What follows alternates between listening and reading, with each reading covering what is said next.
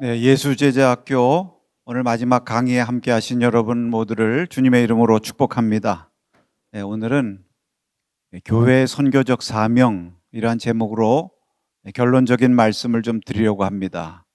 네, 지난 한 학기 동안 우리 특별히 예수제자학교를 이번에는 선교학교로 선교와 전도라는 주제를 가지고 함께 말씀을 듣고 배우고 또 은혜를 나누는 시간을 가져야 되겠다, 그런 마음을 갖고 처음에 이제 선교에 대한 성경적인 근거에서부터 시작을 해서 또 선교에 대한 역사, 또 선교와 기도의 관계, 또 구체적으로 선교 현장에서 일하시는 목사님과 또 선교 사역자님들 말씀을 통해서 각 분야별 선교 현황에 대한 말씀도 우리가 함께 들었습니다. 오늘은 이제 결론적으로 좀 원론적인 말씀이기도 합니다만 이 교회의 선교적인 사명에 대해서 우리가 다시 한번 살펴보기를 원합니다. 우리가 이렇게 다양하게 선교에 대해서 자꾸 듣고 또 배우고 또 보고 해야 된 것은, 하는 것이 중요한 것은 선교에 대한 관심을 불러일으키는데 이것이 중요하기 때문입니다. 이제 우리나라의 한국 선교 지도자 포럼에서 얼마 전에 우리 선교 역량에 대한, 특별히 성도들이 선교에 참여하는 그러한 일에 있어서 무엇이 장애 요인인가 하는 이제 조사를 한 것이 있는데, 선교에 대한 관심도가 부족하고 특별히 선교에 대한 지식이나 정보가 부족해서 선교에 참여하는 데 어려움이 있다, 그런 통계 조사 나온 것이 있어요. 바꿔 말하면 선교에 열심히 참여하고 선교의 사명 잘 감당하려면 선교에 대한 관심, 마인드, 이게 있어야 되고 또 선교에 대한 정보와 지식, 이런 것들이 있어야 된다는 것입니다. 그래서 그렇기 때문에 우리가 이 선교에 대한 것을 다양하게 듣고 자꾸 배우고, 그래서 우리의 마음속에 다시 동기부여가 되고 또 아는 만큼 우리가 행하게 되고 참여하게 되는 거죠. 그런 것이 중요한 것이죠. 그래서 이번 학기 그런 마음으로 우리가 이 과정을 한 것이고, 결론적으로 오늘 교회의 선교적 사명에 대해서 다시 우리가 기억함으로 말미암아 우리 교회가 또 우리 성도님들 다시 선교를 위해서 더 귀하게 동참하고 쓰임받는 그런 복된 성도님들 되시기를 바랍니다. 선교는 교회예요, 교회는 선교라, 이런 말씀이 있을 정도로 이 교회와 선교의 관계는 불가분리의 관계에 있는 것이죠. 우리 교회는 말하자면 하나님의 선교의 에이전트다. 하나님께서 세상을 구원하시기 위해서 선교의 일들을 해나가시는데 우리 교회를 에이전트로 들어서 사용하신다. 그래서 교회를 이제 배에 비유한다면 노아의 방주라 이렇게도 비유를 하고 있습니다만, 배 종류에도 여러 가지 배가 있죠. 그러나 교회는 유람선이 아니라 구조선이다. 그런데 문제는 이제 이 구조선으로 시작한 교회가 점점 유람선으로 바뀌어가면 문제다. 우리가 다시 이 구조선의 사명을 잘 감당하는 것이 너무나도 귀한 것이죠. 우리 감리교회에서 1997년에 발표한 감리교 신앙 고백에 따르면 교회 목적에 대해서 이렇게 말씀하고 있죠. 예배와 친교, 교육과 봉사, 전도와 선교를 목적하여 모인 교회를 믿는다, 이렇게 말씀하고 있습니다. 이 말씀을 보면 예배에서 시작해서 선교로 끝나는 것을 볼 수가 있어요. 네, 그렇죠. 우리가 예배, 교회의 가장 중요한 본분이죠. 그러나 그것이 또 다가 아니에요. 마지막은 선교로 교회의 존재 이유가 완성되는 것입니다. 그래서 마이클 그린이라고 하는 분이 그리스도께서 우리를 2번 부르신다고 말씀하셨어요. 첫 번째 부르심은 오라 부르시는 것이고, 그 다음에 2번째 부르심은 가라, 이렇게 부르신다고 말씀했습니다. 수고하고 무거운 짐진 자들은 내게로 오라, 내게 모여와서 쉼을 얻고 또 나를 예배하고 찬송하면서 은혜를 받으라, 이렇게 말씀하시는 것이죠. 예배하는 공동체 뿐만 아니라 가서 모든 족속으로 제자를 삼으라, 온 세상에 나가서 복음 전하기 위해서 가라, 이렇게 부르시는 것입니다. 선교 공동체로 부르신 것이죠. 그래서 이 말씀을 보더라도 교회는 본질적으로 선교 지향적인 교회가 될 때 교회 본분을 다하는 것이다. 이렇게 아주 원론적인 얘기지만 다시 한번 우리가 중요한 것이기 때문에 꼭 기억해야 될 거란 말씀이라고 믿습니다. 자, 그러면 우리가 먼저 이제 좀 살펴볼 것이, 그러면 왜 교회가 선교적인 사명을 감당하는 공동체가 되어야 되는가? 그 가장 첫 번째 이유는 우리가 믿는 삼위일체 하나님께서 선교하시는 하나님이시기 때문에 그런 것입니다. 우리가 믿는 삼위일체 하나님이 선교하시는 하나님이시다. 이게 너무나 중요한 원리라고 할 수가 있겠죠. 먼저 우리 성부 하나님, 그 하나님도 선교하시는 하나님이에요. 이것을 우리가 어떻게 알 수가 있겠습니까? 원래 선교라고 하는 말이 보낸다 하는 말에서 온 거라고 우리가 다 알고 있죠. 성경에 보면 우리 하나님은 보내시는 하나님이죠. 그래서 아브라함을 택하셔서 저를 보내십니다. 가라, 내가 너로 지시하는 땅으로 가라, 이렇게 보내시는 것을 볼 수가 있어요. 그래서 우리 하나님은 보내시는 하나님, sending God, 보내시는 하나님이라는 것을 성경은 말씀하고 있어요. 그래서 아브라함을 보내시면서 그냥 보내신 것이 아니죠. 분명한 목적과 사명을 주어서 보내셨어요.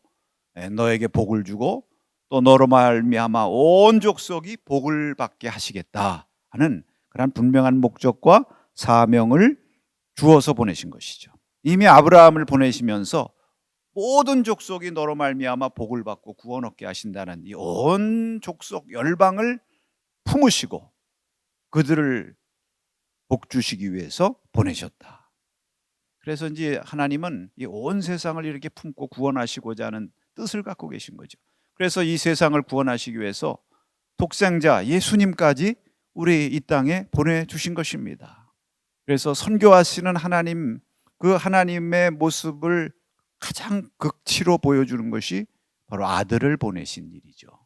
그래서 아들을 보내신 하나님이야말로 선교하시는 하나님의 모습의 극치다, 이렇게 말할 수가 있는 것입니다. 그래서 우리 두 번째로 성자 예수님, 예수님도 선교의 주님이시죠.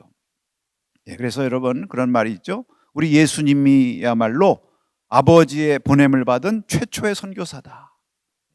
이 땅에 선교사로 파송받아 오신 것이다. 이렇게 말을 하고 있습니다. 뿐만 아니라 또 선교의 모범이 되시고 선교의 대사령관이 되신다, 이렇게 말씀을 하고 있어요. 선교의 모범이 된다는 것은 우리 주님께서 친히 복음서에 나타나 있는 것처럼 선교의 본을 보이시는데 열심히 하나님 나라 복음을 전하셨죠. 그래서 부지런히 복음을 가르치시고 또 천국 복음 전하시고, 그리고 또 병자들, 귀신 들린 자들 쫓아내시고 건져주시고 하는 이런 일을 통해서 이 가르치고 전도하고 고치는 이러한 삼중적 사역을 통해서 우리에게 선교의 본을 보여주신 것이죠. 뿐만 아니라 선교 명령을 주셨어요. 아버지께서 나를 보내신 것처럼 나도 너희를 보내노라. 너희는 가서 모든 족속으로 제자 삼으라. 온 천하에 다니면서 만민에게 복음을 전파하라. 이 선교의 지상명령을 주신 대사령관이 되신다. 그래서 예수님의 마지막 유훈 명령이야말로 정말 우리가 절대로 지켜야 되고 따라야 될 거룩한 사명인 것이죠. 그래서 이 명령을 따라 이제 제자들이 이제부터는 예수님의 제자로 남은 것이 아니라 보냄을 받은 사도가 되었어요. 제자가 사도로 변화되는 역사가 일어나면서 이제 교회 역사가 시작이 되는 것이죠. 그래서 이 사도라는 말도 다른 말이 아닙니다. 보냄을 받은 자, 아포스톨로스, 보냄을 받은 자라는 그러한 뜻이에요. 그만큼 우리 성자 예수님도 선교의 주님이시다. 그리고 성령님도 또한 선교의 영이시죠. 여러분, 성령님은 예수님께서 선교 사역을 시작하시는 공생의 초기부터 비둘기같이 강림을 하셔서 예수님에게 능력을 주시면서 또 선교 사역에 함께 도우신 것을 볼 수가 있습니다. 뿐만 아니에요.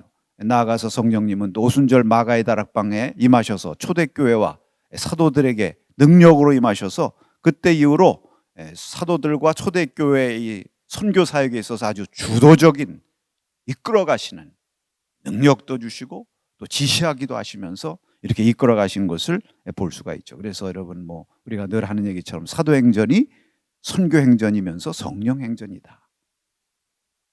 이 사도, 선교, 성령 이 세 단어가 서로 뗄래야 뗄 수 없는 그러한 말씀을 하고 있는 것이죠. 그래서 이제 사도행전에 보면 성령께서 주도적으로 선교의 일을 이끌어 가시는데, 예를 들면 이제 빌립에게 임하셔서 빌립을 이끌어서 그 에디오피아 내시에게 가라. 그래서 그에게 복음을 전하게 하시는 그러한 내용도 나오고, 또 안디옥 교회에 명하셔서 바울과 바나바, 나중에 사울이라고 나오지만 이 두 사람을 세워서 안수해서 보내라, 이런 명령을 하시기도 하고요. 또 이제 사도 바울도 처음에는 이제 아시아 지역에 가서 복음 전하라고 했는데 예수의 영이 허락하지 않았다고 그랬어요. 성령께서 허락하지 않고 마게도냐 환상을 보여주면서 마게도냐로 가라. 그래서 정말 완전히 선교의 구도, 지형이 바뀌어지는 이러한 역사, 세상 역사가 달라지는 그러한 일이 일어나지 않았겠습니까? 이런 것도 다 성령께서 이렇게 이끄신 것을 볼 수 있습니다. 이런 것을 보더라도 성령님이 선교의 영이시다 하는 것을 우리에게 분명히 보여주는 것이죠. 이렇게 삼위일체 하나님, 우리가 믿는 하나님이 선교하시는 하나님이시기 때문에 우리가 선교의 사명을 제1차 지상 사명으로 여길 수밖에 없는 것 아니겠어요? 그럼 그뿐만 아닙니다. 이제 계속해서 두 번째로 이 교회의 원형인 초대교회가 또 선교하는 교회이기 때문에 이 교회는 선교의 사명을 감당해야 되는 것입니다. 여러분, 요즘 코로나로 어렵고 또 교회가 위기 가운데 있을 때, 그럴 때일수록 본질로 돌아가자, 기본으로 돌아가자, 이런 얘기를 많이 하죠. 그 기본이 성경이고 초대교회죠. 물론 예수님이기도 합니다만 이 초대교회, 교회의 모형인 초대교회. 그런데 여러분, 초대교회가 어떤 공동체입니까? 한마디로 선교하는 공동체죠. 증인 공동체예요. 그래서 이 초대교회 성도들은 열심히 모여 기도하고 열심히 하나님의 이름을 부르고 예배하고 또 사도들의 가르침을 열심히 받아 힘썼지만, 또 그것뿐만 아니라 이제 그것을 통해서 결국 무엇을 위해서 그 모든 일을 한 것입니까? 열심으로 복음 전하는 일을 하기 위해서 열심히 모여 예배하고 기도하고, 그래서 나가서 열심히 복음을 전한 것이죠. 사도행전 5장 42절에 보면 그들이 날마다 성전에 있든지 집에 있든지 예수는 그리스도라고 가르치기와 전도하기를 그치지 아니했다. 여기 이제 그들이라고 한 것을 보면, 여기 그들이라는 것은 온 초대교회 성도들을 다 말하는 거예요. 사도들만 나가서 복음 전한 게 아니에요. 집사들만 나가서 복음 전한 것이 아니라 온 성도들이 집에 있든지 교회에 있든지 어디 있든지 예수 그리스도를 전하는데 쉬지 않고 전했다. 여러분, 여기서 우리가 중요한 원리를 하나 기억을 해야 되는데, 선교의 사명은 사실 주님께서 온 교회 공동체 모든 성도들에게 주신 사명이에요. 부르심인 것입니다. 예수님이 가라 이렇게 말씀하시면서 너는 가라 이렇게 말씀하시지 않고 너희는 가서, 너희거든요. 복수거든요. 그 제자들 모두에게 가라고 말씀하신 거거든요. 초대교회는 이 주님의 명령을 따라서 모든 교회, 온 성도들이 다 열심히 복음 전하는 일에 힘썼던 것을 볼 수 있습니다. 우리가 이것을 봐야 돼요. 이제 우리 가운데 그렇게 생각하는 분들이 있어요. 선교하는 일은 선교사님들이나 또 교회 선교부원들이나 특별히 선교에 관심과 열정이 있는 분들이 하는 것이지 이렇게 생각하고 나는 다른 일을 해야지 이렇게 생각하는 분들이 있는데, 물론 각자 은사와 재능과 또 직분도 있습니다만 그것은 잘못된 생각이죠. 왜냐하면 주님께서는 너희 모두 가라고 말씀하신 거거든요. 초대교회가 모든 성도들이 다 예수 전하는데 힘썼다. 우리도 예외 없이 다 이 선교의 사명을 감당하고 열심히 주님을 전하는 일을 위해서 이것은 가장 우리가 앞서서 우선적으로 해야 될 일이 되는 것입니다.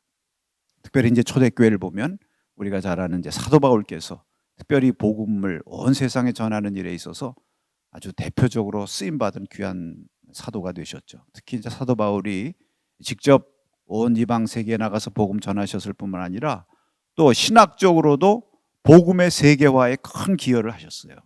이제 사도 바울이 로마서 1장 16절에 보면 이 복음, 이 십자가 그리스도 구원의 복음은 유대인에게나 헬라인에게나 모두에게 구원을 주시는 하나님의 능력이라고 선포하고 있습니다. 이것이 굉장히 중요한 말씀. 그러니까 이제 이 복음을 유대인만이 아니라 나아가서 헬라인 모든 이방 사람들에게도 하나님이 다 구원하시길 원하시기 위해서 이 복음을 주셨고 그리스도 독생자를 주셨다. 이렇게 전함으로 말미암아 복음이 온 세상을 향해서 전파되게 되는 그러한 아주 기초를 마련하게 된 것이죠. 그래서 하워드 스나이더라고 하는 분도 복음을 가리켜서 온 세상을 위한 좋은 소식, 글로벌 굿뉴스라고 그랬어요. 복음은 온 세상 만민에게 전파돼야 되고 이를 위해서 교회가 부름을 받은 것이죠. 그래서 교회의 가장 우선적이고 일차적인 사명은 세계 복음화인 것입니다.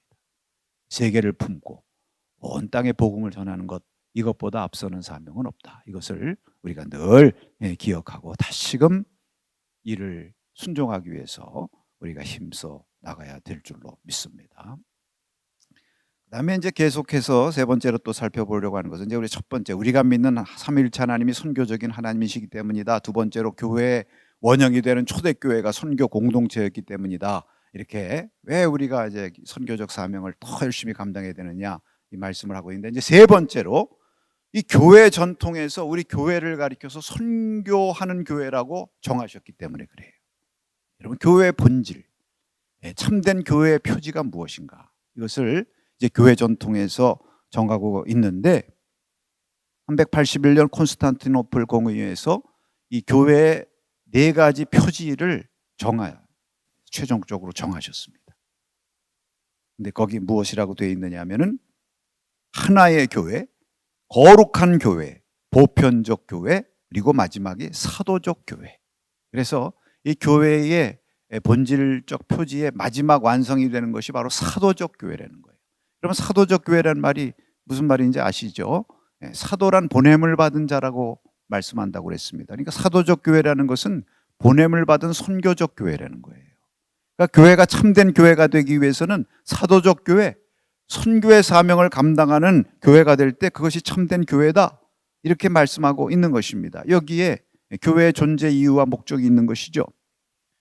특별히 우리 감리교 전통에서도 이 선교적인 사명을 뿌리로 가지고 있는 것을 우리가 다 알고 있습니다. 네, 여러분, 웨슬리 목사님은 여러 가지로 웨슬리 목사님을 정의하고 또 말하는 말들이 많이 있고 별명도 많이 있지만 한마디로 웨슬리 목사님의 정체성을 말한다면 복음 전도자시죠.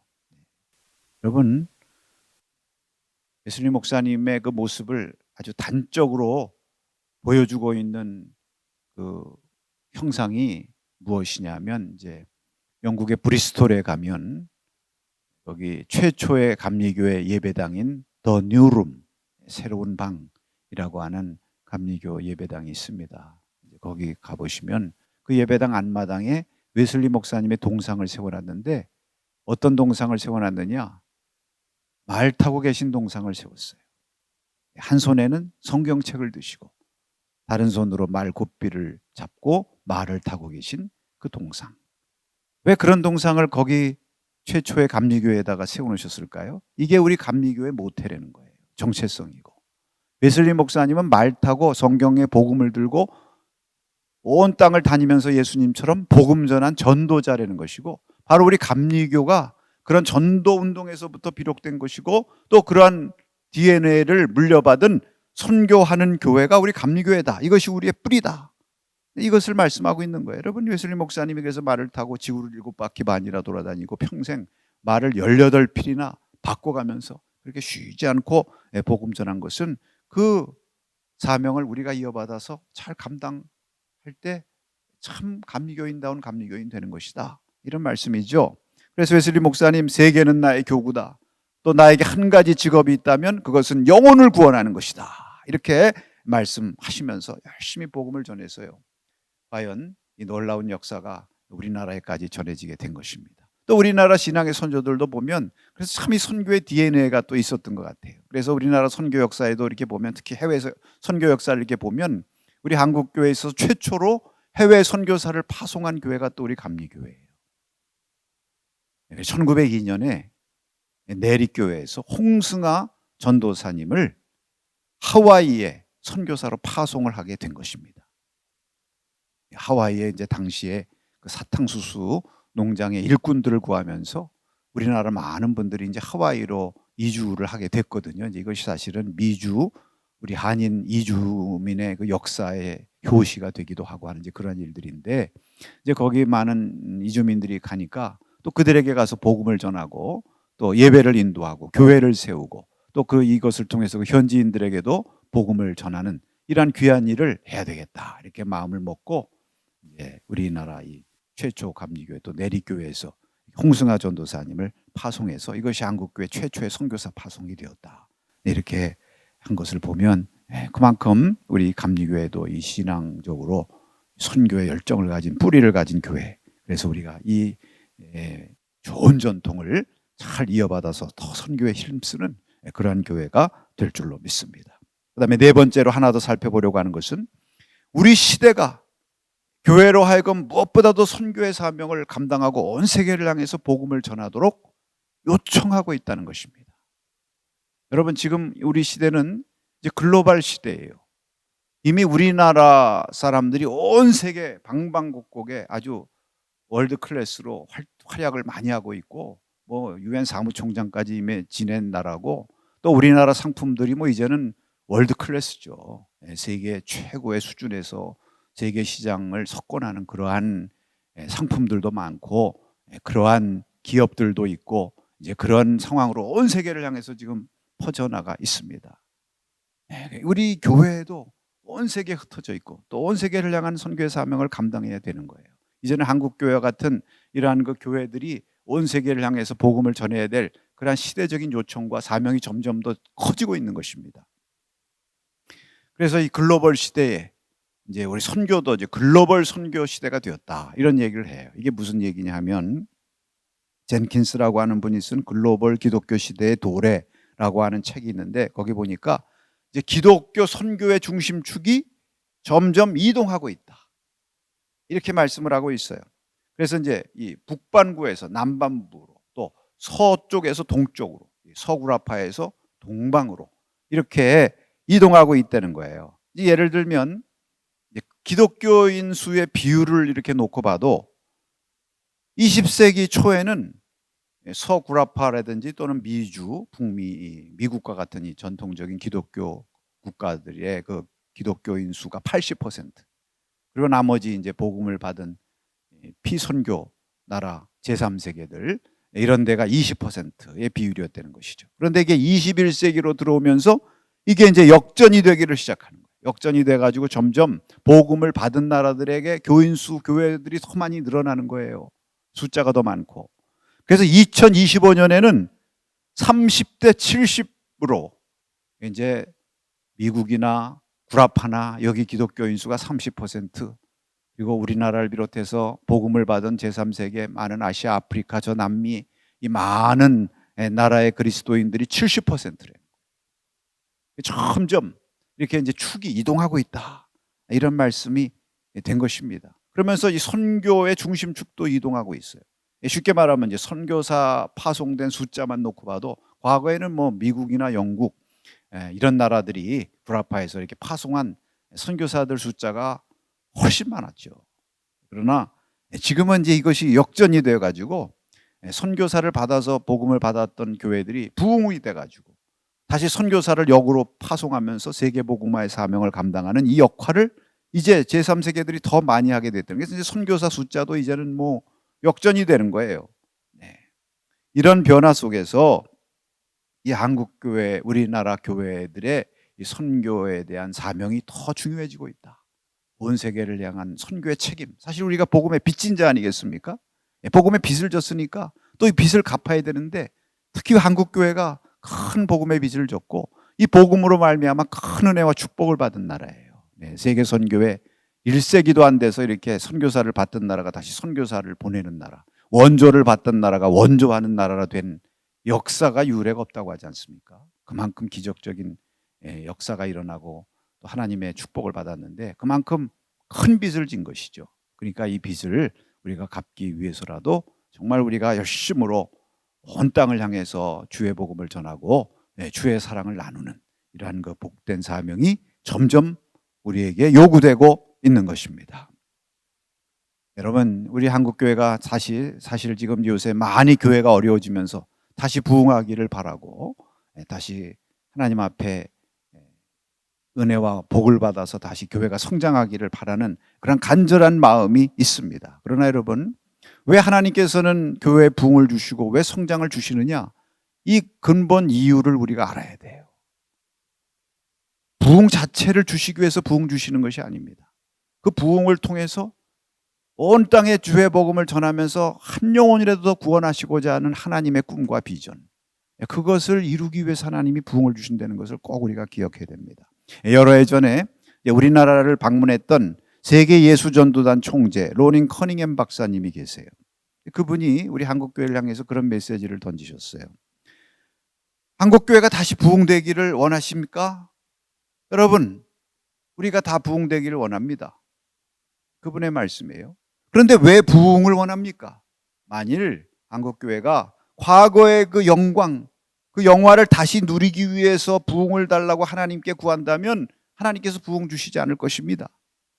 하지만 열방을 향한 하나님의 꿈과 소원을 이루어드리는 도구가 되기 위해서 부흥을 수단으로 달라고 하나님께 구하면 하나님께서 부흥을 주실 것입니다. 이런 아주 중요한 의미심장한 말씀을 하셨어요. 왜 우리가 부흥을 원합니까? 부흥이 돼서 교회가 많은 사람으로 북적거리고 막 모든 것이 풍요하고 다시 우리 모두가 만족이 되고 그런 것을 위해서 부흥을 주시느냐? 아니죠.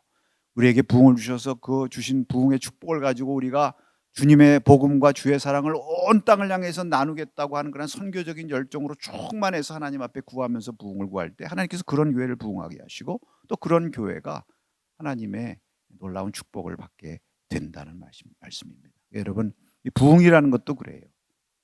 사실 요즘에는 이제 부흥도 균형 있는 성장이 중요하듯이 사람도 균형 있게 성장해야 보기가 아름답고 부모에게 기쁨이 되고 하는 거 아니겠습니까? 교회도 균형 있는 성장을 이루어야 돼요. 하나님 보시기에 아름다운 성장이죠. 그게 무엇입니까? 이렇게 수가 많아지고 growing more, 더 많아지고 성장하고 하는 이것과 함께 또 그것도 중요하지만 growing out, 온 세상을 향해서 선교하고 섬기고 봉사하고 하는 이런 면에 있어서 성장하는 것이 함께 이루어질 때 growing more와 growing out, 이것이 함께 이루어질 때, 그럴 때 하나님 기뻐하시는 참된 교회 성장이다, 이렇게 말할 수 있는 것입니다. 그래서 허버트 케인이라고 하는 분이 이런 말씀하죠. 그리스도의 참된 제자는 세계를 품은 그리스도인이다. 우리 리고렌 목사님도 그런 말씀을 목적이 이끄는 교회, 거기에 목적이 이끄는 삶, 거기에서 이런 말씀을 하셨어요. 크리스천에게 있어서 우리가 크리스천으로서 구해야 될 우리의 비전은 무엇이어야 되느냐? 월드 클래스 크리스천이 돼야 된다. 그러한 꿈과 비전을 가져야 된다. 이게 목적이 이끄는 성도의 모습이다. 그런 말씀을 하셨어요. 네, 그렇습니다. 그리스도인들에게도 리저널 크리스천, 자기 지역, 자기 사는 곳에만 그 관심과 비전이 머무는 그러한 그리스도인들도 있고, 또 내셔널 크리스천, 자기 나라 민족을 위해서 품고 그것에 관심을 기울이는 것으로 또 멈추는 그러한 그리스도인도 있지만, 거기서 더 나가서 월드 클래스 크리스천이 돼야 된다. 온 세계를 품고 주의 복음을 온 땅에 전하는 하나님의 꿈과 비전을 이뤄드리는 그러한 교회가 될 수 있어야 된다, 이런 말씀을 하셨는데, 우리가 다시 한번 새겨 들어야 될 그러한 말씀이라고 생각합니다. 이렇게 이런 말씀을 통해서 왜 교회가 이 선교적 사명을 중요하게 여기고 감당해야 되는가 하는 것을 지금까지 말씀을 드렸고, 자, 그럼 계속해서 큰 두 번째로 어떻게 우리가 이 선교적 사명을 감당하는 교회가 될 수 있겠는가, 어떻게에 대한 문제, 구체적인 길에 대해서 한번 우리가 살펴보려고 하는 것입니다. 우리가 선교적 사명을 당하는 교회가 되기 위해서 여기서 이 짧은 시간에 그 많은 것을 다 말씀드릴 수가 없고, 세 가지로 중요한 것을 정리해서 좀 말씀을 드리려고 합니다. 그것은 첫째로 무엇이냐면, 주님의 마음으로 선교 현장을 바라보는 교회가 되어야 된다는 거예요. 주님의 마음으로 선교 현장을 바라보는 성도가 될 때에 선교적인 사명을 감당할 수가 있게 되는 것입니다. 여러분, 먼저 제일 중요한 것은 이 보는 거가 중요해요. 견물생심이라는 말이 있죠. 볼 때 마음이 일어난다. 모든 행동의 출발점은 보는 눈이 열려져야 된다. 이런 말씀이죠. 반대로 보는 눈이 없는 사람, 비전이 없는 사람은 아무 일도 할 수 없다는 거예요. 그래서 여러분, 요한복음 4장 35절에 보면은 너희는 넉 달이 지나야 추수할 때가 이르겠다 하지 아니하느냐? 그러나 나는 너에게 이르노니 너희 눈을 들어 밭을 보라. 희어져 추수하게 되었도다. 이렇게 말씀하셨습니다. 눈을 들어 밭을 보라. 희어져 추수하게 되었도다. 이게 주님의 마음이에요. 주님의 마음은 그 희어져 추수하게 된 그 곡식들, 그 영혼들을 보시는 것입니다. 마음의 눈이 떠서 그것을 보고 계시면서 제자들을 향해서 너희들도 눈을 들어 밭을 보라. 내 마음으로 선교 현장을 바라보라. 이렇게 말씀하고 있습니다. 왜? 너희가 말하기를 넉 달이 지나야 추수할 때가 이르겠다 이렇게 말하지 않느냐 그러신다는 거예요. 제자들은요, 그 들판을 보면서도 보이지가 않는 거예요. 보면서도 보지를 못하고 있는 거예요. 아직 추수하려면 멀었네. 아직 넉 달이나 있으면 그때가 추수할까? 이렇게 안일하게 생각한다는 거예요. 그러나 예수님은 그들을 깨우치고 있습니다. 지금이 추수할 때다. 지금 저 희어져 추수를 기다리고 있는 저 영혼들을 절박한 심정으로 바라보면서 선교의 열정을 키울 때에 비로소 우리가 선교의 사명으로 나아갈 수가 있다. 견물생심중에 보아야 행동한다. 그래서 웨슬리 목사님도 나는 눈을 들어서 온 세상을 나의 교구로 바라본다 이런 말씀을 하셨어요. 온 세상을 바라봐야 되는 것입니다. 그래서 우리도 이 눈을 들어서 세상을 바라봐야 되는 것이죠. 주님의 눈으로, 주님의 비전으로, 주님의 이 선교의 마인드, 이 마음을 가지고 온 세상을 품고 선교 비전을 가질 때에 우리가 선교의 사명을 감당하는 교회로, 성도로 쓰임받게 되는 것입니다. 여러분, 우리가 산꼭대기 같은 데 높이 올라가면은 멀리 온 땅이 이렇게 보이가 되죠. 높이 올라갈수록 멀리 보인다는 말이 있습니다. 루터가 그런 말을 했어요. 하나님 보좌 우편은 모든 곳이다. everywhere. 하늘에서 보면 온 세상이 다 보이는 거예요. 하나님께서 온 세상을 다 보실 때에 어디가 제일 안타깝게 주목하면서 보실까요? 추수할 곡식, 희어져 추수하게 된 그런 영혼들이 많은 곳. 다시 말하면 아직 하나님을 알지 못하고 아직 멸망의 길로 가고 있는 그러한 영혼들이 많은 곳, 그런 데를 볼 때 더 가슴 아프게 보고 계실 거 아니겠습니까? 여러분, 우리나라에도 그래서 복음의 사각지대도 있어요. 지역적으로도 경상도라든지 이런 지역이 이제 복음화율이 낮다고 그래서 우리가 전도대도 파견하고 교회도 짓고 막 그런 일도 하고 했습니다만, 지역적으로도 믿지 않는 영혼들이 많은 그런 지역들이 있어요. 세대 간에도 그래, 세대 간에도. 특히 젊은 세대들이 미전도 종족이라고 그러지 않습니까? 학생들, 참 복음화율이 3%도 안 되는 이러한 세대들, 그런 세대들을 볼 때 얼마나 가슴 아파하실까. 그런 주님의 마음으로 우리가 볼 수 있어야 된다. 온 세계를 봐도 그래요. 이웃 나라 일본만, 멀리 갈 것도 없이 일본만 봐도 거기 복음화율이 1% 정도밖에 안 되고, 저 북한 땅은 아예 하나님 대신 우상을 섬기는 복음의 아주 어두운, 물론 그 지하에서 눈물로 기도하는 성도들이 있다고 말씀을 하고 있습니다만, 그래도 정말 그것은 거의 복음이 전해지기도 어려운 그런 아주 어려운 어둠의 우상의 땅 아니겠습니까? 그런 데를 보면서 얼마나 주님 가슴 아프시고 주님의 그 눈물이 흘리시겠습니까? 그래서 우리가 그러한 마음으로 선교 현장을 바라볼 수 있는 눈을 떠야 된다. 이게 선교의 비전이고 선교의 마인드다. 이것이 있어야만 우리가 선교의 사명을 감당하는 교회로서, 성도로서 헌신할 수 있는 그러한 동력을 얻게 되는 것이죠. 그래서 그것이 참 먼저 필요한 것이고, 그 다음에 두 번째로는 선교의 사명을 위해서 지속적으로 기도해야 된다는 것입니다. 선교를 위해서 기도하는 교회가 선교를 위해서 사명을 감당하는 교회가 될 수 있어요. 선교를 위해서 늘 기도하는 성도. 여러분, 선교를 위해서 늘 기도하십니까? 선교사님들을 위해서 늘 기도하십니까? 선교의 사명을 위해서 늘 기도하십니까? 그러면 선교의 사명을 감당할 수 있는 그러한 교회 성도로서 준비가 되는 거예요. 우리 주님께서 선교 사역을 하시면서 늘 기도하셨습니다. 그리고 제자들에게도 기도하라고 말씀하셨어요. 마태복음 9장 37절 38절 추수할 것은 많은데 일꾼이 부족하니 주인에게 청하여 일꾼을 보내어 주소서 하라. 네, 이렇게 기도하라. 일꾼을 보내달라고 하나님께 기도하라. 이런 기도를 말씀하셨어요. 왜 일꾼을 보내달라고 기도하라고 하셨을까요? 일꾼을 보내달라고 기도하다 보면은 자신이 일꾼으로 쓰임받아야겠다는 감동이 오는 거예요. 제자들에게 또 주님께서 마지막 승천하시면서 하신 명령도 무엇이냐면 나가서 복음 전해라, 이 말부터 하신 것이 아니죠. 함께 머물러 있으면서 예루살렘에 함께 모여서 기도해라. 이렇게 기도하면서 하나님의 능력이 위로부터 임하기를 사모하면서, 성령 받기를 사모하면서 기도해라. 이게 중요하게 강조를 하셨어요. 기도 열심히 할 때에 선교에 쓰임받는 그러한 사명자가 될 수가 있다는 것입니다. 그래서 이 선교와 기도는 불가분리의 관계가 있는 것이. 그래서 우리가 이번에 선교 학교를 통해서 선교와 기도에 대한 강의도 한 강좌 했습니다만, 하나님께서는 어떤 사람들을 쓰십니까?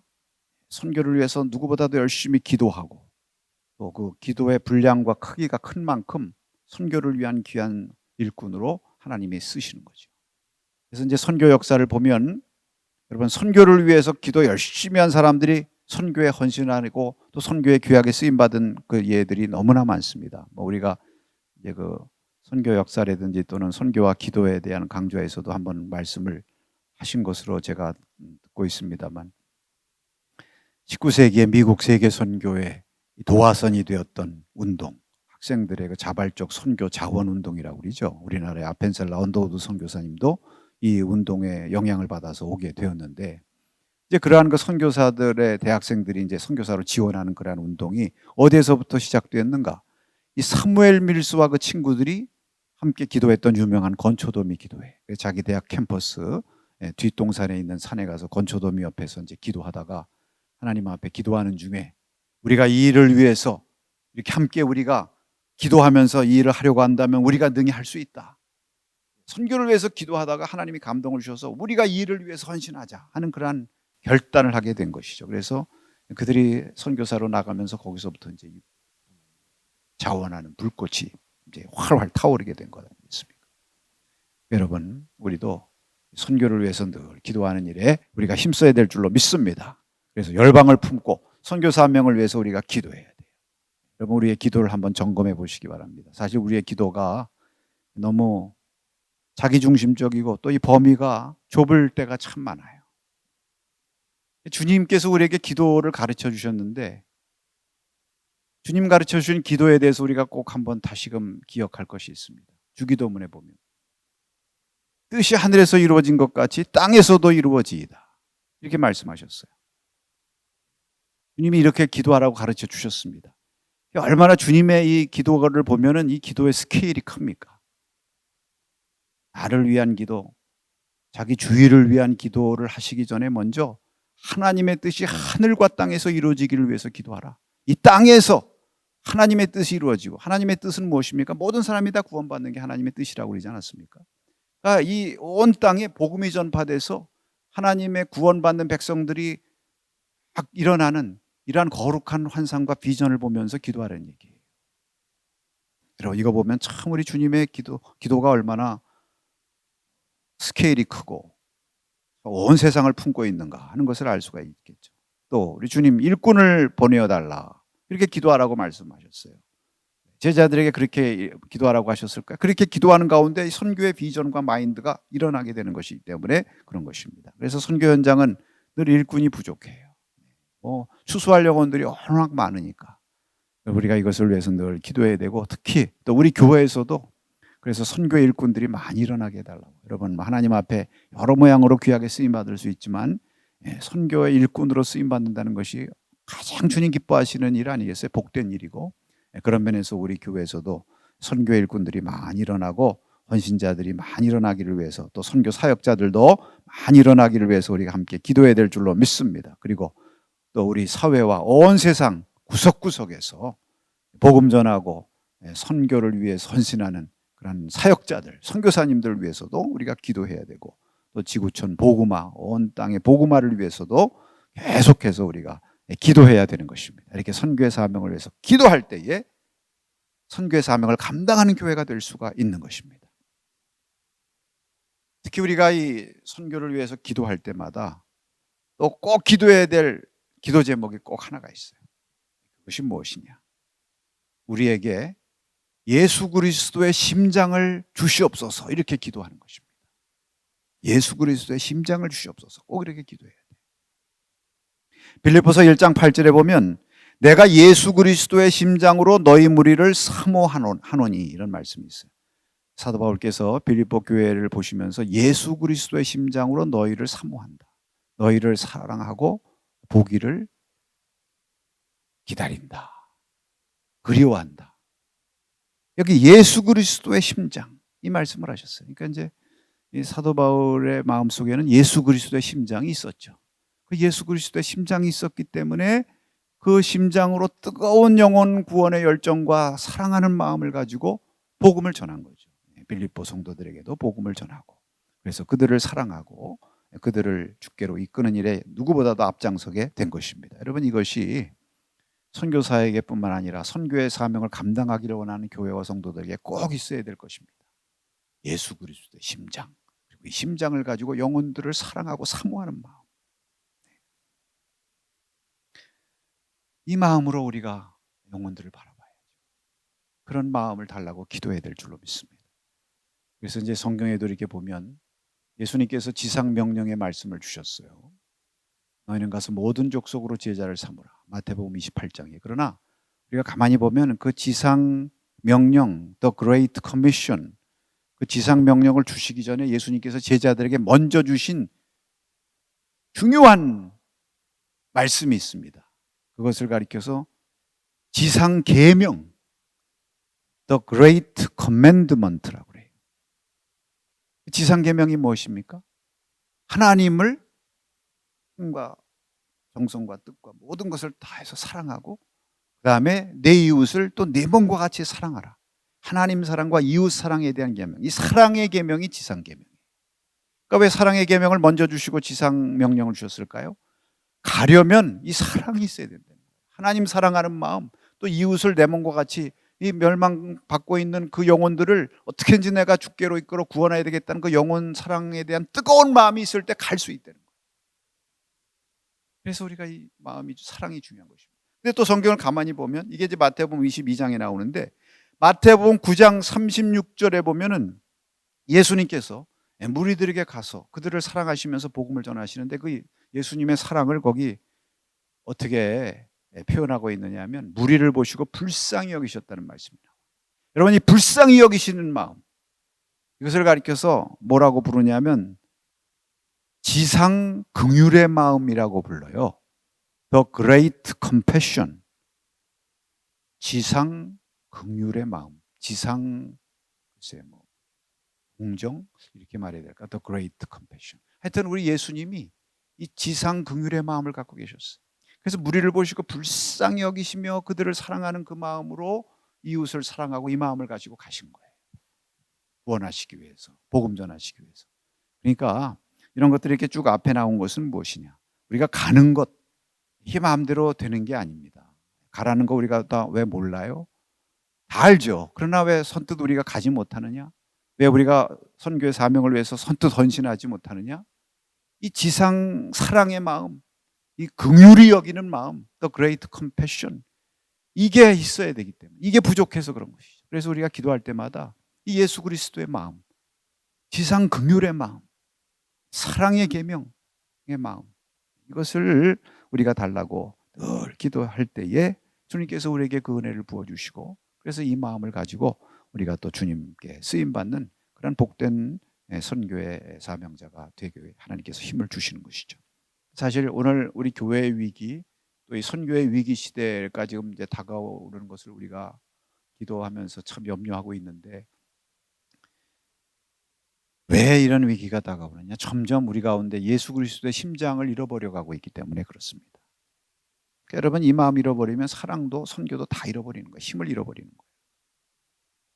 데이비 플랜 목사님의 레디컬 투게더라고 하는 책에 이제 그분이 인도네시아 바탁 지역에 가서 복음 전할 때 그 경험을 기록한 내용이 나오죠.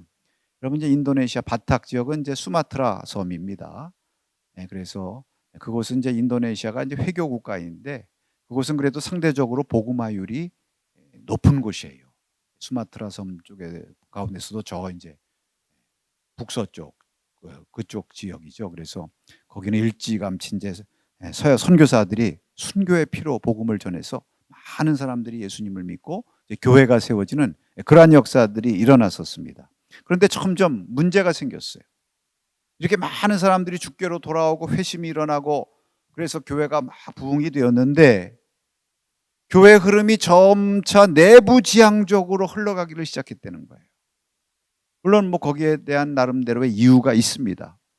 이제 뭐 전체 주위의 분위기는 다 회교 분위기니까 문화적으로 고립이 되기도 하고 또 이제 신앙적인 핍박을 당하기도 하고 어떤 이러저런 요인들이 작용해 가지고 예수님을 자기 속에만 이렇게 간직하고 있고 드러내질 않는 거예요. 그리고 교회도 자꾸 내부지향적이 되고 그러다 보니까 복음 전하는 일을 점점 하지 않게 되고 또 그럴수록 점점 더 어려워지게 되고 주위에 무슬림의 분위기는 강해지고 이렇게 된 것입니다. 결국 교회는 교회 안에서 믿는 성도들끼리 여러 가지 예배나 프로그램이나 여러 가지 활동을 벌이고 자기들끼리 교제하는 데 초점을 맞추게 되고 예배당을 짓고 신학교를 세우고 뭐 여러 가지 위원회, 선교부 이런 것까지 다 조직하고 다 갖출 것은 갖추었지만 딱 하나가 없었던 거예요. 거기에 이제 한 사역자가 그런 말을 하는 말에 데이빗 플랜 목사님이 충격을 받았다고 그러는데 이런 말을 했다고 그래요. 목사님, 교회 모든 구조와 틀들은 다 잘 잡혀져 있습니다. 없는 거는 그리스도의 심장뿐이죠. 이렇게 얘기했다는 것입니다. 여러분 오늘 우리에게도 자문해 봐야 되는 것입니다. 우리에게 과연 그리스도의 심장이 있는가? 그래서 우리에게 사실 조직이나 뭐 사람이나 뭐 물질적인 돈이나 자원이나 이런 것들은 그 어떤 교회들보다도 우리가 풍성하다고 말해도 과언이 아닐 것입니다. 그러나 아무리 그런 것들이 있어도 그 속에 예수 그리스도의 심장이 없으면 그런 것들을 가지고 하나님 나라 주의 거룩한 복음 선교를 위해서 쓰임 받을 수가 없는 거죠. 그래서 우리가 기도할 때마다 다른 무엇을 위해서 기도하는 것 이전에 이 예수 그리스도의 심장을 우리가 다시 품게 해달라고. 그래서 이 심장 뜨거운 주님의 마음을 가지고 열심히 복음 전하는 선교의 사명을 위해서 더 귀하게 쓰임 받도록 나 자신에게 믿음 달라고 주님의 마음 달라고 이렇게 늘 기도할 때에 하나님께서 크게 복을 주시고 선교적인 그러한 성도 교회로서 우리를 귀하게 축복해 주실 줄로 믿습니다. 그리고 이제 세 번째로는 선교를 위한 헌신에 동참하여야 한다는 것이죠. 어떻게 선교의 사명을 감당하는 교회가 될 수 있겠습니까? 결국은 선교를 위한 헌신에 나부터 동참할 수 있어야 된다는 것입니다. 주님의 마지막 명령은 가라는 것이었죠. 이것은 선교를 위한 헌신회로 부르신 주님의 부르심이죠. 여기에 대해서 아멘 하고 순종하는 교회와 성도가 돼야 하는 것입니다. 여러분 선교를 위한 헌신이 이렇게 중요한데 선교를 위한 헌신에는 두 가지 길이 있죠. 이것은 뭐 우리가 다 잘 알고 늘 듣는 말씀입니다만 다시 한번 여러분에게 강조를 드립니다. 그 두 가지 길이 무엇입니까? 하나는 직접 가서 헌신하는 길이요. 또 하나는 사역자들을 대신 보내고 도우면서 동역함으로 헌신하는 길이죠. 그래서 전자를 가리켜서 가는 선교라고 하고 후자를 가리켜서 보내는 선교 이렇게 말하는 건 아니겠습니까? 이 가는 자와 보내는 자 이것이 함께 잘 연합하게 될 때 선교의 역사가 이루어지게 되는 것이고 하나님께서 이 연합을 통해서 하나님 선교의 역사를 이루어가는 것입니다. 그래서 하나님께서 이를 기뻐하시고 원하는 것이죠. 그럼 사도행전에도 그래서 보면 이 선교행전인 사도행전에도 보면은 두 유형의 교회를 거기 다 기록하고 있어요. 거기 두 교회가 대표적으로 나오죠. 어떤 교회입니까? 예루살렘 교회와 안디옥 교회. 그러면 예루살렘 교회는 어떤 교회예요? 성령 충만해서 직접 사도를 비롯해서 모든 성도들이 열심으로 나가서 복음 전한 교회가 예루살렘 교회죠. 반면 안디옥 교회는 어떤 교회입니까? 성령의 명령하심을 따라 바울과 바나바를 세워서 보낸 교회예요. 선교사를 파송한 교회. 그리고 기도와 물질로 헌신하고 도운 교회죠. 사도행전 13장 2절에 성령께서 이르시되 내가 불러시키는 일을 위하여 바나바와 사울을 따로 세우라, 이렇게 말씀을 하셨습니다. 그렇게 각자 예루살렘 교회와 안디옥 교회의 사명이 다르지만 다 성령께서 하시는 일이고, 그래서 하나님께서 기뻐하시고 복 주시는 일이다 하는 것을 우리가 알 수가 있습니다. 그래서 여러분, 성경에 보면요, 직접 복음을 전한 선교사들만이 아니라 이들을 도우는 함께 참여한 동역자들의 이야기도 많이 기록되어 있는 것을 우리가 볼 수가 있어요. 여러분, 이제 빛나는 조연이라는 그런 말이 있죠.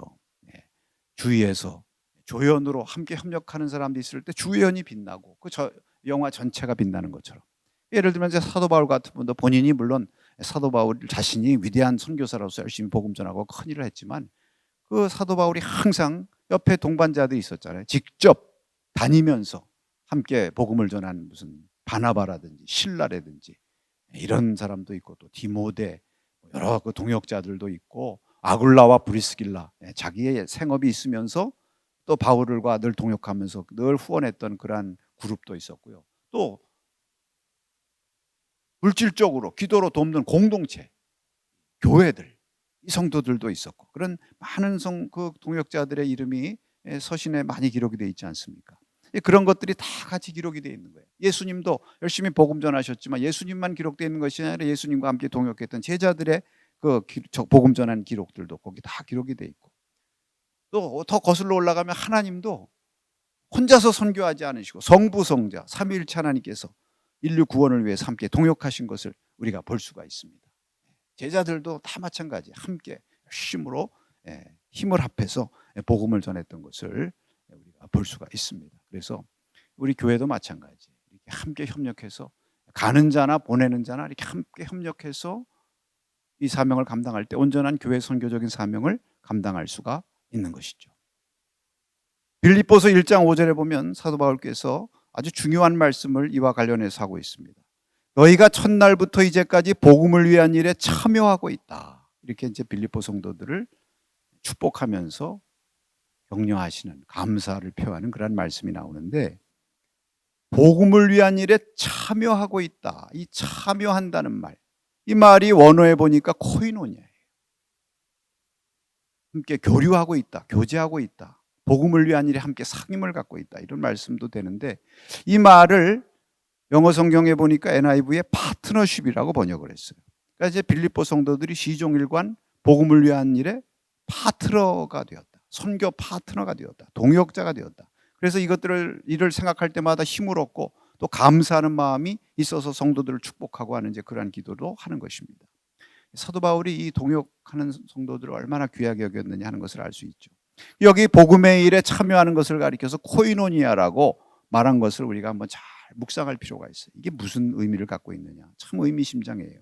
다른 말로 하면은 성도들이 이제 서로 코이노니아를 많이 하죠. 교회도 하나의 코이노니아 공동체고 서로 교제를 갖고 사귐을 갖고 함께 모이고 하는 이제 그러한 일을 하게 되는데, 여러분, 이 코이노니아의 핵심이 어디에 있고 무엇이 목적이 되어야 되느냐?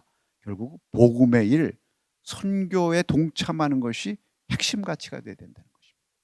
이것을 지향해야 된다는 거예요. 그러니까 여러분, 모든 교회의 모임이나 회합, 이 교제로 함께 모이는 그러한 모든 모임은 결국 선교하는 일을 위해서 함께 교제하고 함께 모이는 거예요.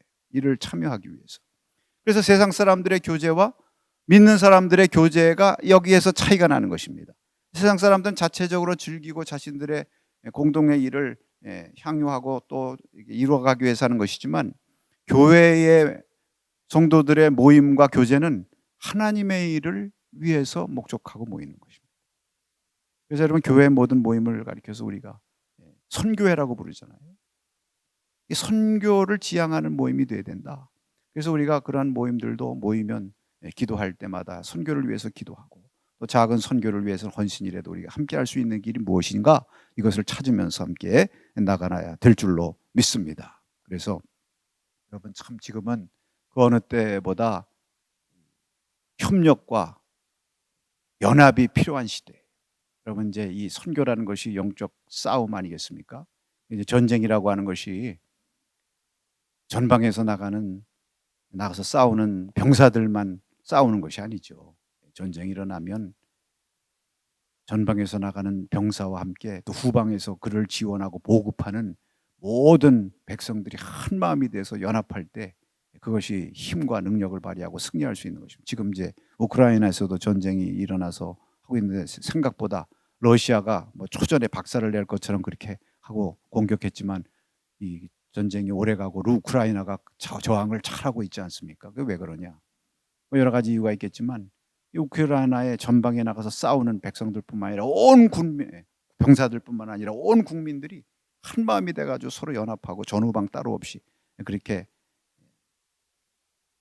협력을 하니까 이것이 힘을 발휘하게 되는 것이죠. 그렇지 않았으면 벌써 아마 대적에게 나라를 빼앗겼을 것입니다.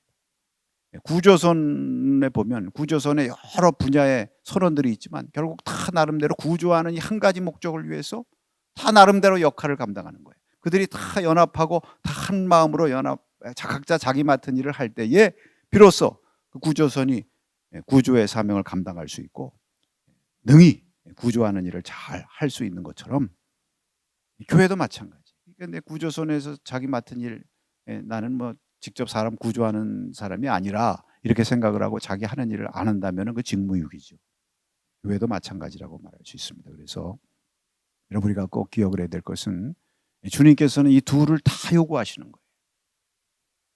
가서 직접 복음을 전하는 이 일을 위해서도 우리를 부르실 뿐만 아니라 또 보내고 선교하고 같이 동역하고 후원하고 기도하고 또 선교사님들 격려하고 하는 이러한 일을 위해서도 하나님께서 부르시고 이 귀한 사명을 위해서 우리를 사용하시기를 원하시는 것입니다. 우리가 직접 가서 할 수 있으면 좋죠. 또 가서 할 수 있는 일이 있어요. 우리 주위에 다니면서 복음을 전하는 것도 사실 가는 것이고, 또 단기 선교를 가는 것도 가는 것이고, 또 우리가 이제 선교회에서 또 이제 앞으로 코로나도 지나고 그랬으니까 다시 이전에 했던 것처럼 우리가 다시 해야 되겠습니다만, 우리가 후원하는 교회들, 자매교회들, 또 선교기관들 이렇게 찾아가서 방문해서 같이 전도도 해주고 또 기도해주고 격려해주고 하는 이런 일들, 뭐 이런 것들도 가는 것이고, 이제 그러한 것들 다 우리가 열심히 할 수 있죠. 그러나 또 혹시 직접 우리가 그렇게 직접 가지 못한다고 할지라도 대부분은 직접 가기 어려운 그런 상황과 처지이기도 하죠. 그렇게 하지 못한다 할지라도 우리가 보내는 선교사로서 선교 동역자의 의식을 가지고 함께 후원하고 기도하고 협력한다고 할 때에 하나님께서 그것도 또 부르시고 귀하게 쓰시는 것이죠. 여기에도 소명이 있어야 돼요. 가는 것에만 소명이 있는 것이 아니라 이 보내는 선교사로 쓰임받고 이 일에 헌신하는 여기에도 소명의식이 있어야 되는 것입니다. 그래야만 하나님의 뜻을 이룰 수가 있는 것이고 선교의 사명을 감당하는 그러한 교회로서 성도로서 쓰임받게 될 줄로 믿습니다. 하나님은 이 둘 다를 기뻐하세요. 이 둘 다를 기뻐하세요. 직접 가는 자 기뻐하시죠. 이사야 52장 7절에 좋은 소식을 전하는 자의 발이 어찌 그리 아름다운가 하셨어요. 좋은 소식을 전하는 자의 발이 아름답다. 하나님이 기뻐하시고 아름답게 보신다는 거예요. 뿐만 아니에요. 직접 가지는 못해도 보내는 선교에 동참하고 헌신하는 성도들도 또한 기뻐하시고 그들에게 은혜와 복을 주시는 것입니다. 빌립보서 4장 18절에 너희가 준 것을 내가 받음으로 내가 풍족하니 이는 받으실 만한 향기로운 제물이요 하나님을 기쁘시게 하는 것이라 그랬어요. 사도 바울께서 빌립보 성도들의 선교 후원을 받고 그것이 하나님께 향기로운 제물이고 하나님을 기쁘시게 하는 것이다 말씀을 하고 있습니다. 그만큼 하나님이 기뻐하시고 원하신다. 여러분, 이 하나님께서 상급을 주실 때도 이 선교에 관한 일만큼은 함께 할 때에 함께 상급을 주시는 거예요. 여러분, 이제 뭐 이런 올림픽이나 어떤 운동 경기 같은 거에 가서 이렇게 경기하는 것들 보면 경기에도 두 종류의 경기가 있죠. 개인 경기가 있고 개인전, 또 단체 경기가 있어요. 팀으로 하는 것. 뭐 예를 들면 무슨 뭐 권투나 뭐 이런 건 자기 개인적으로 나가가지고 싸워가지고 이제 메달 따고 하는데, 축구라든지 뭐 이런 구기 종목들 이런 것들은 단체 경기 아닙니까? 그러니까 이제 개인은 나가서 자기가 열심히 해가지고 1등 하면은 자기만 상 받는 거야. 자기만 금메달 받고 메달 받고. 그러나 팀 경기, 단체 경기는 운동한 선수들을 뿐만 아니라 또 감독, 또 같이 후원하는 사람들, 이런 모든 사람들에게도 같이 상급이 주어지는 거예요. 네, 그런 거 아니겠습니까? 후보 선수들에게도 메달을 주고. 그렇기 때문에 이런 것이 선교도 마찬가지. 선교는 하나님께서 같이 온 교회가 함께 감당하라고 주신 사명이면서, 또 그렇게 함께 우리가 연합해서 동역하면서 감당했을 때 현장에 나가서 복음 전하기 위해서 애쓴 선교사님들이나 사역자들이나 또 전도 열심히 한 사람들, 그래서 많은 영혼들 구원한 사람들, 그들에게도 하나님께서 큰 은혜와 복을 누구보다도 먼저 주시겠지만, 또 함께 동역하면서 함께 보내고 함께 협력하고 후원한 그런 모든 자들에게도 하나님께서 동일한 은혜와 상급과 면류관을 주신다. 이것을 우리가 꼭 기억하고 일에 우리가 함께 기쁨으로 하나님 주시는 면류관을 바라보면서 함께 참여해야 될 줄로 믿습니다. 오늘날 이 선교의 전선은 점점 확대되고 있습니다. 뭐 이제는 싸움에, 요즘 싸움도 전후방이 따로 없다고 그러잖아요. 뭐 이제는 비행기가 떠다니고 미사일이 떠다니는 시대가 돼가지고 전후방이 따로 없다고 그러는데, 여러분 이 복음화를 하고 전도를 하고 우리가 복음 전해야 될 종족들도요, 사람들도 이제는 뭐 내 나라 네 나라가 따로 없어요. 전후방이 따로 없습니다. 이제 인구 이동이 있고 막 근로자들이 온 세계로 이동하고 일자리를 찾아다니고 또 뭐 이민도 가고 뭐 이런 일들이 많이 생기면서 기업들도 막 세계적으로 다국적 기업들이 되고 막 이런 일들이 생기면서 국내외가 다 선교 현장이 다 되는 것입니다. 어디나. 전 세계적으로 한 2억 명의 이주자들이, 예를 들면 이제 이주만 봐도 이렇게 이동하고 있다고 그럽니다. 그래서 이제 우리가 뭐 이방에 가서 복음 전한다. 옛날에는 뭐 다 나가서 복음 전했지만 이제 우리나라에도 외국인들이 다 들어오고 탈북민들이 3만 명이 넘고 말입니다.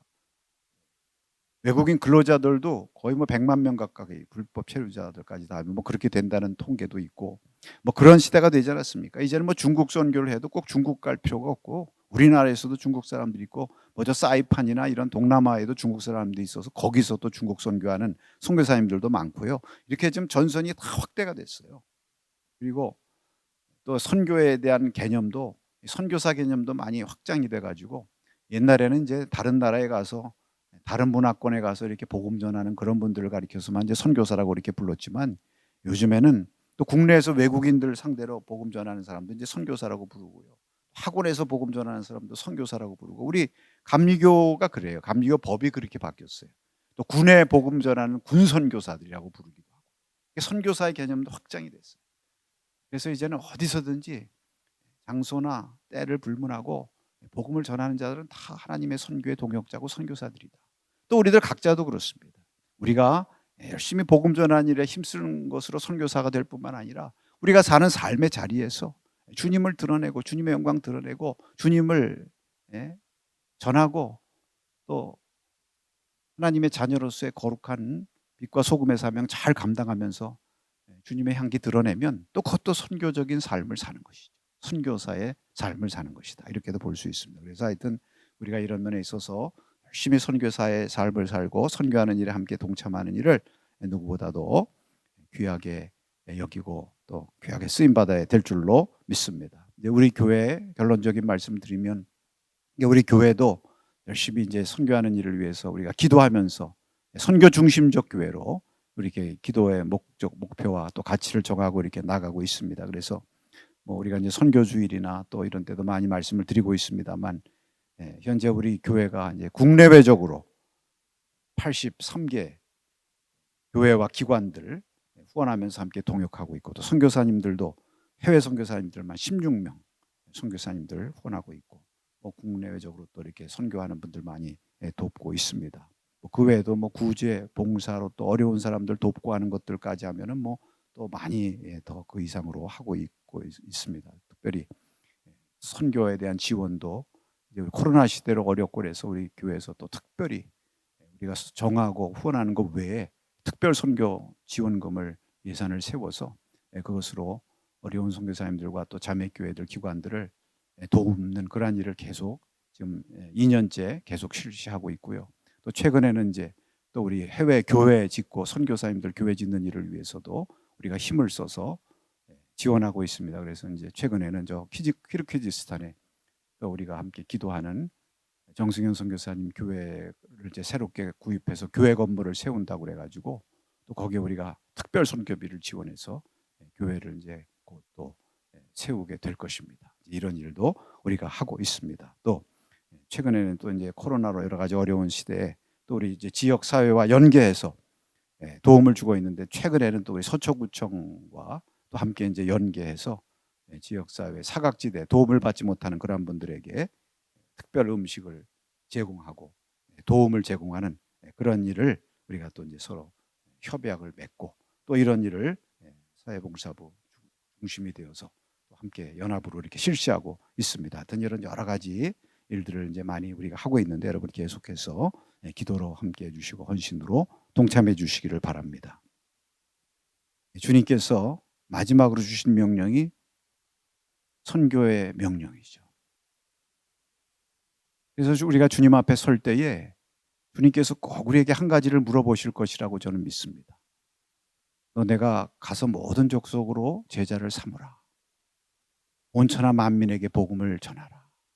이렇게 마지막 유훈을 내렸는데 이 나의 마지막 유훈에 얼마나 내가 순종하고 응답하였는가. 이 한 가지는 꼭 물어보실 거예요.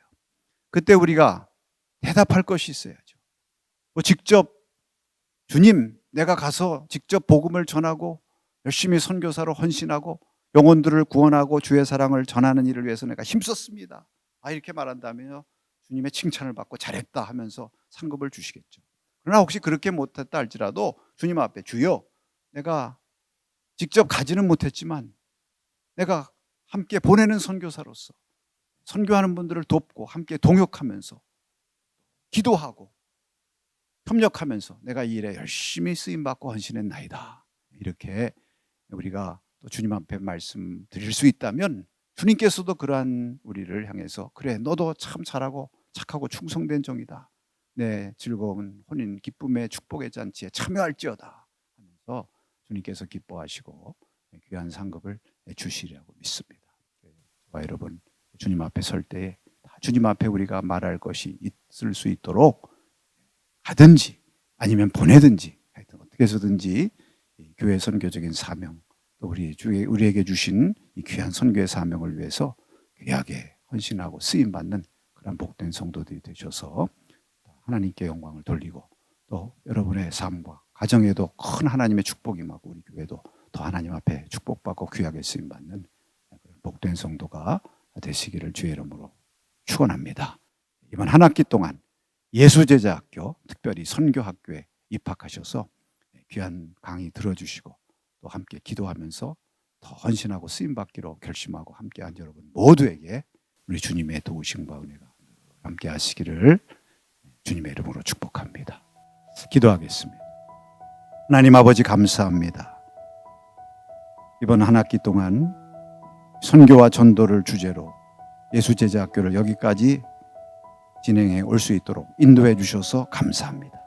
시간 주님께서 세우시고 또 귀하게 쓰신 귀한 강사님들을 통해서 목사님들을 통해서 귀한 말씀을 듣고 또 많은 은혜와 도전을 받은 줄로 믿습니다. 또 오늘 마지막으로 교회의 선교적인 사명에 대해서 주님 주시는 말씀을 함께 나누었습니다. 주여 배우고 확신한 일에 거하라 하신 말씀처럼 우리가 열심히 배우고 또 듣고 그래서 마음에 도전과 깨달음을 얻었으면 그것이 우리의 마음밭에 잘 심어져서 풍성한 열매로 거둘 수 있도록 축복해 주시옵소서. 그래서 이번 한 학기 동안 열심으로 선교에 대해서 듣고 배웠사오니 또 잘 우리가 배운 대로 하나님 도전을 받고 또 선교의 마인드를 더 일깨우고 또 선교의 비전을 더 품고 주님의 마음을 품음으로 말미암아 우리에게 주신 거룩한 선교의 사명, 가는 선교의 사명, 또 함께 보내며 동역하는 선교의 사명 무엇이든지 열심히 하나라도 감당하고 쓰임받고 헌신함으로 말미암아 주님 앞에 칭찬 듣고 또 교회 선교적인 사명, 성도의 선교적인 사명 잘 감당하는 우리 남산의 모든 성도들, 우리 모든 주의 자녀들 다 될 수 있도록 축복해 주시옵소서. 예수님의 이름으로 기도하옵나이다.